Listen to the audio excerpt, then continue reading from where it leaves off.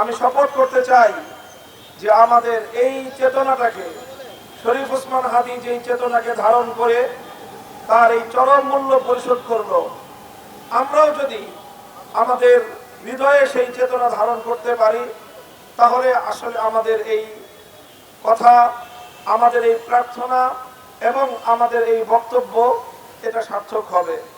আর আমরা যদি তার সেই চেতনাকে ধারণ করতে না পারি, তাহলে শুধু কুমিরের মতো কান্না করে শুধু অশ্রু ঝরবে, সত্যিকার অর্থে আমরা ওসমান হাদীকে ওন করতে পারবো না। তাই আজকে আমি আমার সারা দেশের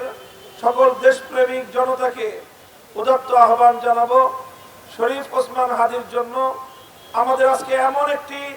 ঐক্যবদ্ধতার প্রয়োজন, এমন প্রতিবাদের প্রয়োজন, যেন যারা ওসমান হাদীকে হত্যা করে বাংলাদেশকে ভয় পাইয়ে দিতে চেয়েছিল, তারা যেন একটি বার্তা পায়, এক ওসমান হাদীকে যদি হত্যা করা হয়, তার চেতনা বাংলাদেশের প্রতিটি ঘরে ঘরে ছড়িয়ে পড়বে। আমি সেই প্রত্যাশা ব্যক্ত করি। আবারও মহান আল্লাহ পাক রব্বুল আলামিনের দরবারে আমি আমাদের ভাইয়ের নেক হায়াত,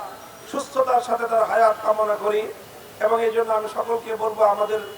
সবচেয়ে বেশি আল্লাহর কাছে দোয়া করা দরকার এবং প্রয়োজনে সাদাকা করে করে আমাদের ভাইয়ের পক্ষ থেকে আল্লাহ যেন এই সাদাকার বিনিময়ে আমাদের জাতির উপর থেকে